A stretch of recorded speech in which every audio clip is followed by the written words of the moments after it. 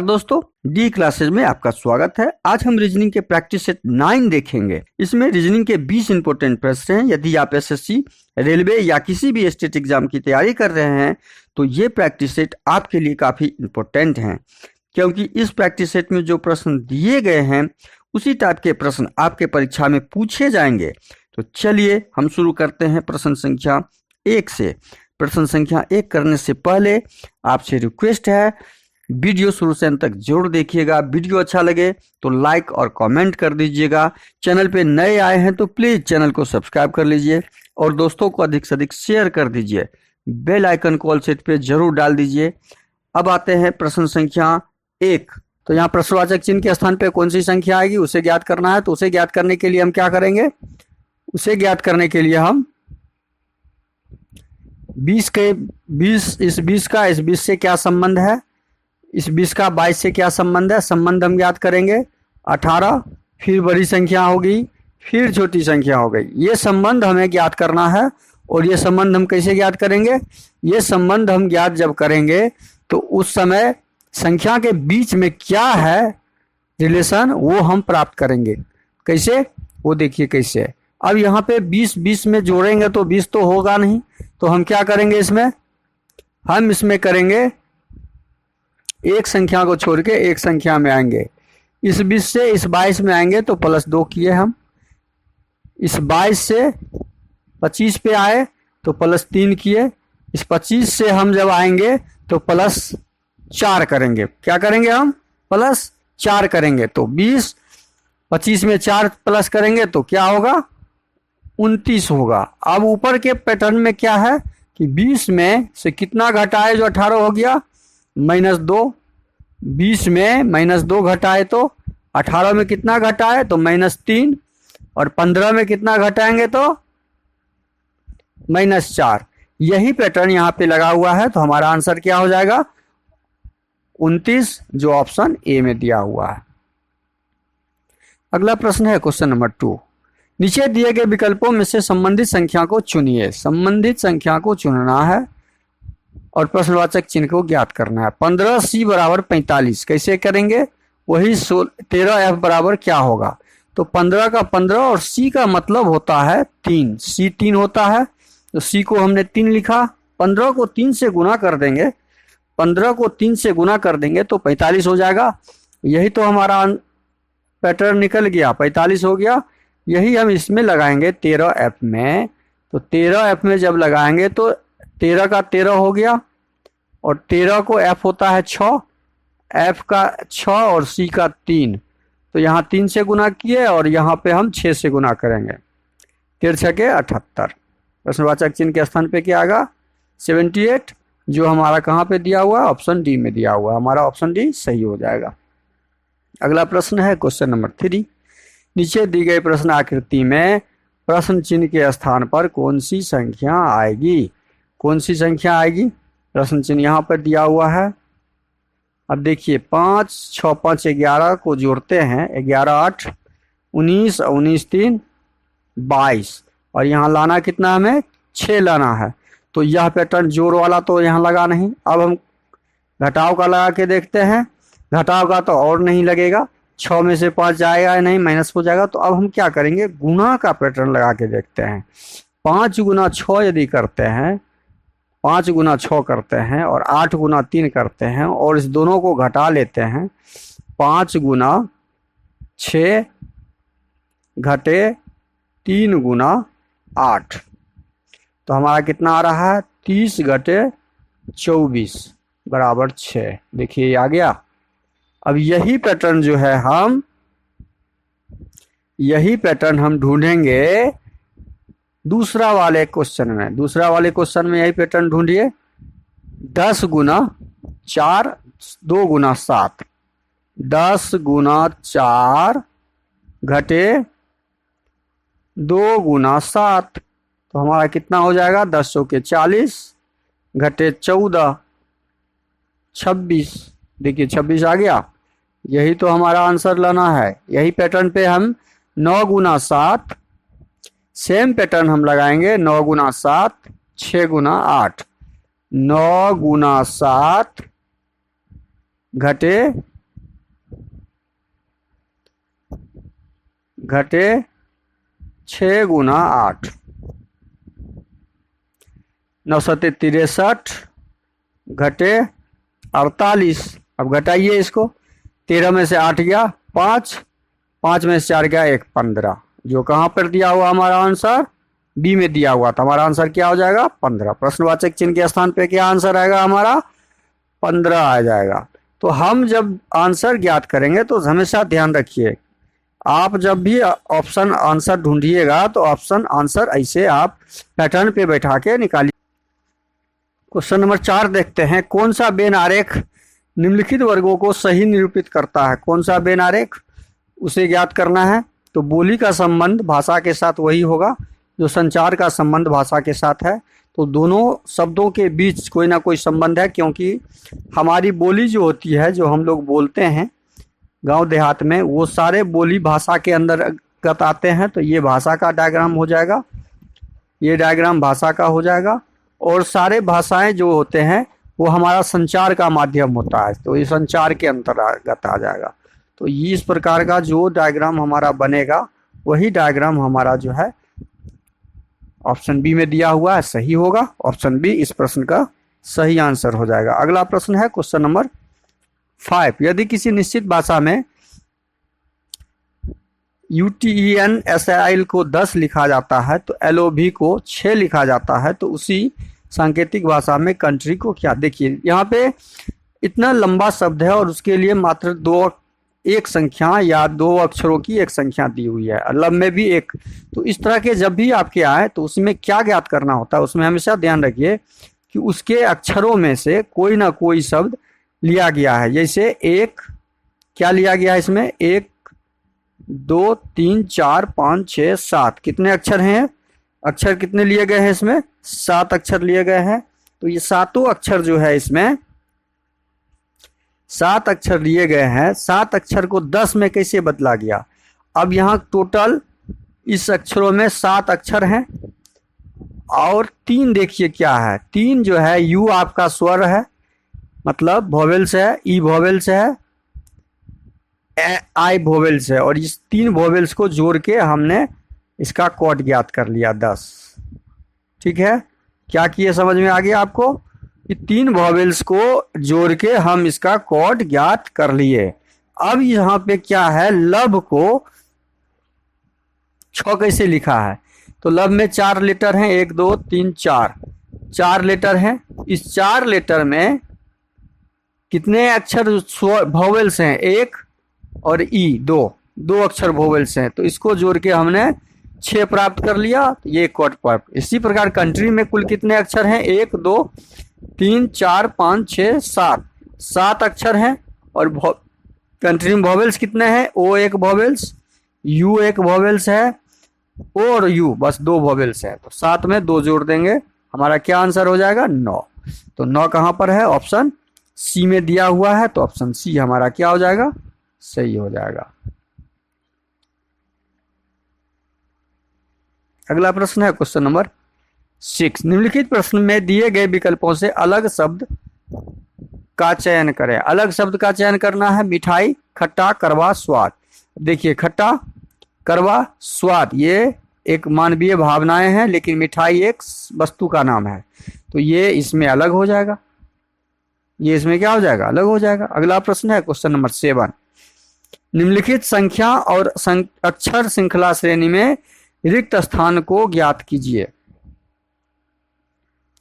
Question number 7, D से H में आए हम, यहाँ पे प्रश्नवाचक चिन्ह है, डी से हम पहले एच पर आए, तो 4 में 4 जोड़े तो 8 पर आ गए, 8 में कितना जोड़े तो 4 जोड़े तो 12 पर आ गए, 12 में 4 जोड़े तो 16 पे आ गए, 16 में फिर 4 जोड़ेंगे तो क्या हो जाएगा, 16 4 20, बीच में हमारा टी आएगा, टी वाला हमारा ऑप्शन एक ही है।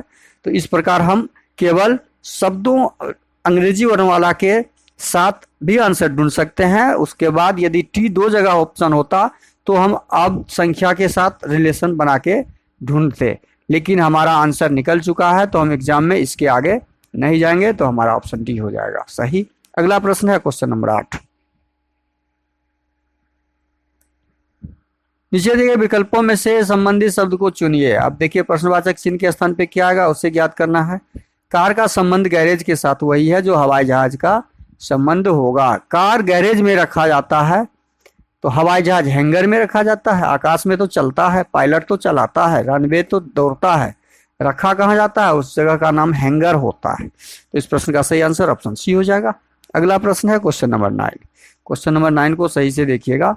ए गुना बी का अर्थ दिया हुआ है, ए बी का भाई है।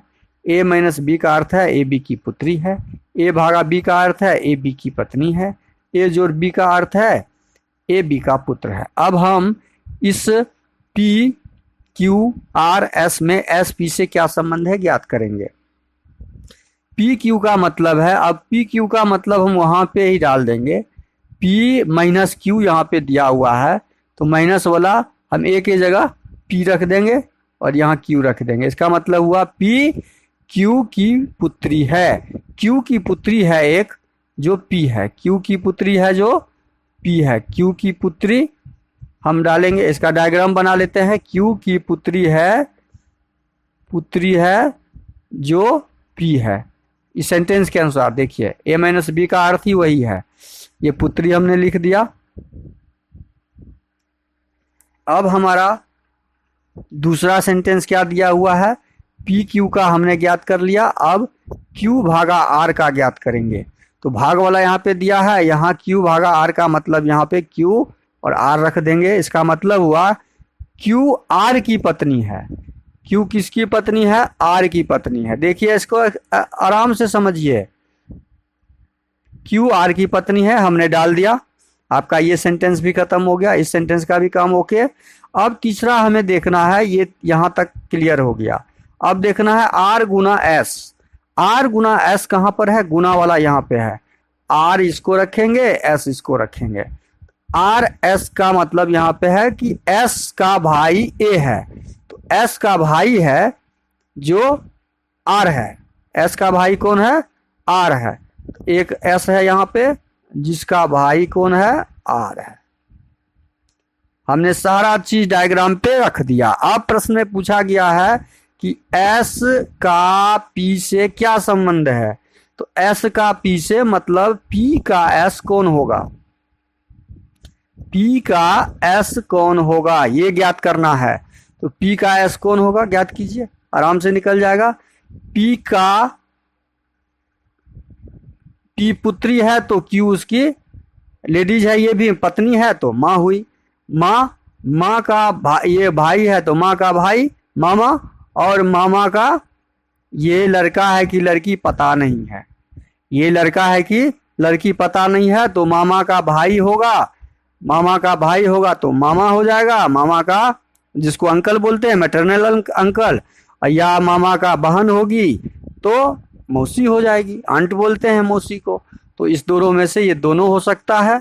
ये चूंकि ये कौन है ये ज्ञात नहीं है तो ये दोनों हो सकता है। तो ऑप्शन डी हमारा सही हो जाएगा, बी या सी दोनों में से कोई एक हो सकता है। अगला प्रश्न है क्वेश्चन नंबर 10। गुना का अर्थ घटाव दिया हुआ है तो गुना जहां पर है उसको घटाव कर देंगे। भाग का अर्थ जोड़ दिया हुआ है तो भाग को कट करके हम जोड़ डाल देंगे। घटाव का अर्थ गुना दिया हुआ है तो घटाव को कट करके गुना कर देंगे। जोड़ का अर्थ भाग दिया है, जोड़ को कट करके भाग कर देंगे। अब इसको हल कीजिए। 12 गुने 3 जोड़ 50 भागा 10 घटे 30। 12 या 36 जोड़ 10 पचे 50 5 घटे 30 36 5 41 घटे 30 जोड़ 11। हमारा आंसर क्या आ गया है यहाँ पे 11, जो ऑप्शन ए में दिया हुआ है। आंसर क्या हो जाएगा हमारा, ऑप्शन ए हो जाएगा। अगला प्रश्न है क्वेश्चन नंबर 11। RAU रौ का संबंध कोड है 27, टीम का कोड है 64। तो रौ का 27 है तो RAU 3 नंबर 27। देखिए 1 2 3 इसमें कितने अक्षर हैं, 3 अक्षर हैं। इसका क्यूब किया 27 हो गया। टी में 1 2 3 4 अक्षर है, 4 का क्यूब किया 64 हो गया। इसी प्रकार टाइटेनिक में 1 2 3 4 5 6 7 है, तो 7 का क्यूब कर दो, 7 सत्ते 49, 49 सत्ते 343। आंसर क्या हो जाएगा? 343 हो जाएगा। बहुत आसान, ये इस प्रश्न का सही आंसर ऑप्शन बी हो जाएगा। अगला प्रश्न है क्वेश्चन नंबर 12। दिए गए आरेख में कितनी गेंदें ना तो बैट है ना ही टावर है। ये टावर है गोल, तो ये एरिया कट जाएगा, और ना ही टावर है ना ही बैट है। बैट कौन है? बैट का ये एरिया कट जाएगा। क्लियर? अब बचा हमारा गेंद वाला एरिया, ये 8 और ये 6, इस दोनों को जोड़ देंगे तो 8 15 और 8 8 6 नहीं 15 जोड़ 8 23। हमारा आंसर क्या आ जाएगा? 23, जो ऑप्शन ए में दिया हुआ।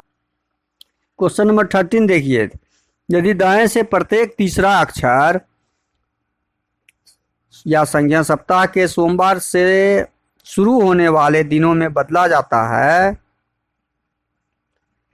तीसरा अक्षर मान लीजिए 1 2 3, इसको सोमवार से शुरू कर दें, 1 2 3, ये मंगलवार हो जाएगा, एल मंगलवार हो जाएगा, तो 1 2 3, एफ क्या हो जाएगा? बुधवार हो जाएगा, 1 2 3, एस क्या हो जाएगा? गुरुवार हो जाएगा,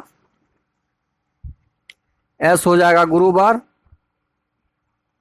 1 2 3, एस हो जाएगा गुरुवार, 1 2 3, एच हो जाएगा शुक्रवार। अब प्रश्न में दिया हुआ है क्या? शुक्रवार से पहले वाले दिन के लिए, शुक्रवार से पहले वाले दिन गुरुवार होते हैं, और गुरुवार पे कौन सा अक्षर है? एस है, तो हमारा आंसर क्या हो जाएगा? ऑप्शन ए हो जाएगा। अगला प्रश्न है क्वेश्चन नंबर 14। निम्नलिखित शब्दों को वर्णमाला में व्यवस्थित करने पर कौन सा शब्द अक्षर दूसरे स्थान पर आएगा? दूसरे स्थान पर कौन सा आएगा? आई एन डी कट जाएगा सब में, आई सब में कट जाएगा, क्योंकि सब में कॉमन है आई एन डी, और आई भी कॉमन है, भी कॉमन है, आई भी, डी भी, यू भी कॉमन है, यू तक सब कट गया, यू तक सब कट गया। यू के बाद ए भी कॉमन है, ए भी कट गया। उसके बाद एल देखते हैं, एल भी कॉमन है, एल भी कट गया। उसके बाद आई है, इसमें कुछ नहीं है। इसके बाद इसमें आई है, तो आई भी कट गया। अब एस और टी में कौन सा लेटर आएगा? एस और टी में कौन सा आएगा? तो 1 नंबर में तो आपका सी हो जाएगा, 1 नंबर में सी आ जाएगा। एस और टी में कौन लेटर आएगा? एस नहीं, 1 नंबर में नहीं आएगा। एस और टी में कौन सा पहले आएगा? एस 19 और टी 20, तो ए आएगा आपका 1 नंबर पे, और टी वाला बी आएगा आपका 2 नंबर पे। टाइपिंग मिस्टेक है, ये सी है, ये बी है, तो ध्यान रखिएगा, टाइपिंग थोड़ा सा एरर होता है। हमारा आंसर कौन सा? 2 नंबर पूछा है, कौन सा शब्द दूसरे स्थान पर आएगा? तो दूसरे स्थान पे हमारा कौन सा आया? ऑप्शन बी वाला आया, ऑप्शन बी सही हो जाएगा। अगला प्रश्न है क्वेश्चन नंबर 15। दी गई व्यवस्था का प्रयोग करके एक पासा बनाए जो पत्ता का फलक के सामने, पत्ता के विपरीत कौन सा? देखिए, विपरीत हम जब भी ढूंढेंगे, ये पत्ता के विपरीत तना हो जाएगा, तना। बीज का विपरीत फल, फूल का विपरीत फली, ये इसका विपरीत हमने डायग्राम बनाया है, तो ये आंसर सही हो जाएगा हमारा, ऑप्शन ए। अगला प्रश्न है क्वेश्चन नंबर 16। दिए गए कथनों को सत्य मानिए और बताइए कौन सा निष्कर्ष कथनों को तार्किक रूप से अनुसरण करता है। प्रत्येक सही गलत है। देखिए क्वेश्चन क्या दिया है, ये सही का एरिया है, तो प्रत्येक सही क्या है? ये गलत का एरिया है। बना दिए, कोई गलत ठीक नहीं है, कोई भी गलत है जो ठीक नहीं है, तो ये ठीक का हमने डायग्राम बना दिया। जो नहीं है क्रॉस लगा दिया, नहीं है, प्रत्येक गलत ठीक नहीं है, कोई गलत ठीक नहीं है। अब निष्कर्ष पढ़िए, कोई सही ठीक नहीं है, कोई सही जो है ठीक नहीं है, वास्तव में नहीं है, क्रॉसिंग लगा हुआ है, तो ये निष्कर्ष हमारा सही है प्रश्न के अनुसार। दूसरा निष्कर्ष है कुछ गलत सही है, कुछ गलत एरिया,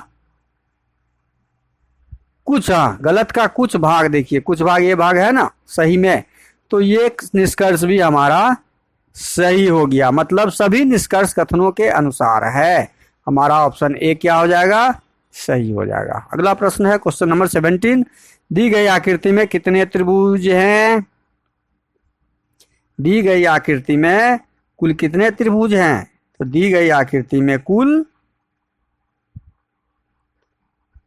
इसमें 1 और 2 3 त्रिभुज, इसमें 1 और 2 3 त्रिभुज, ये एक त्रिभुज, ये एक त्रिभुज, मतलब ये एक त्रिभुज, ये एक त्रिभुज, ये एक त्रिभुज, ये एक त्रिभुज, ये एक त्रिभुज, और ये इसमें 3 त्रिभुज, इसमें भी 3, 2 भाग है 3 त्रिभुज। तो ये 3 दूनी 6, 3 9, 6 दूनी 12, 12 ये हो गया, 13 14 15 16 17 18, 17 18 ये हो गया। ठीक है, अब देखिए इसमें हमारा त्रिभुज कहाँ कहाँ दिख रहा है।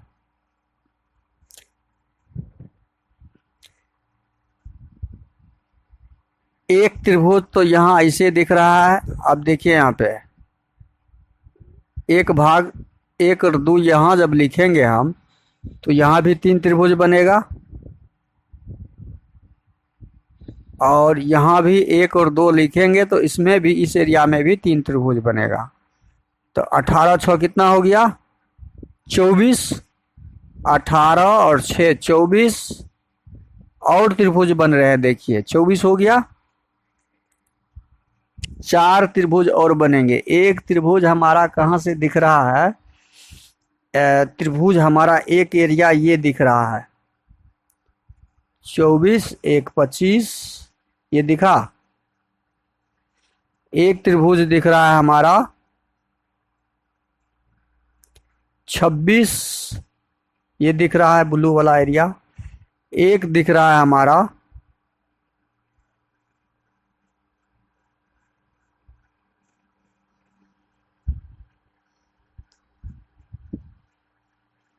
26 हो गया, एक दिख रहा है ये 27,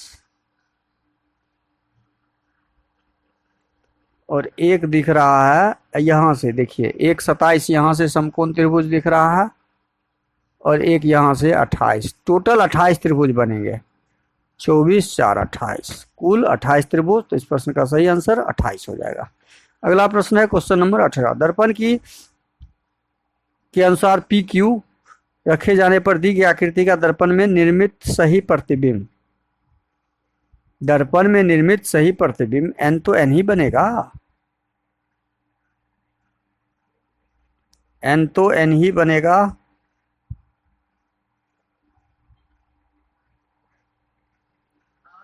दर्पण को नीचे दिए गए चित्र के अनुसार पी क्यू पर रखे जाने पर,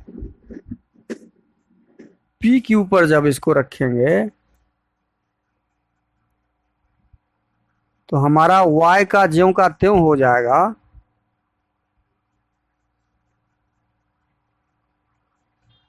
ये s टाइपिंग मिस्टेक है, ये s है, ये क्या है s है, और ये जब दर्पण में बनेगा हमारा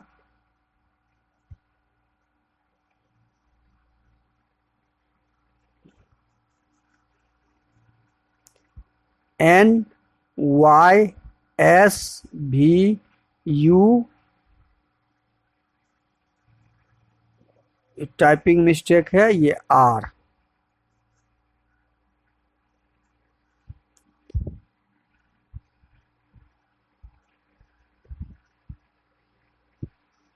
देखिए टाइपिंग मिस्टेक है, इसको ऐसे कर लीजिए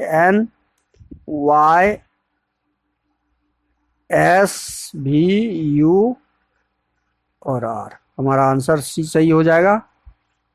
अगला प्रश्न है क्वेश्चन नंबर 19, कौन सी उत्तर आकृति प्रश्न आकृति में दिए गए पैटर्न को पूरा करेगी।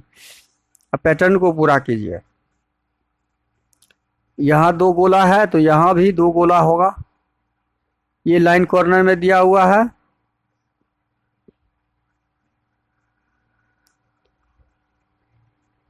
तो ये लाइन भी कॉर्नर में ही होगा। अच्छा, इसमें देखिए ये कॉर्नर में लाइन, तो ये गोला इधर, तो इस गोला ऊपर, तो इस कॉर्नर में इसका गोला यहाँ है, तो आपका ये चित्र मतलब गोला चेंज होते गया है। गोला जब नीचे से ऊपर गया तो जगह चेंज हुआ, इधर से इधर गया, अब ये इधर का इधर आ जाएगा तो लाइन यहाँ आ जाएगा। लाइन कहाँ आ जाएगा? यहाँ आ जाएगा। तो लाइन यहाँ वाला आंसर कहाँ पे दिख रहा है? हमारा ऑप्शन ए में। ये गोला के साथ है तो ऑप्शन सी नहीं होगा, इसमें लाइन नहीं है। बी नहीं होगा, इसमें लाइन है।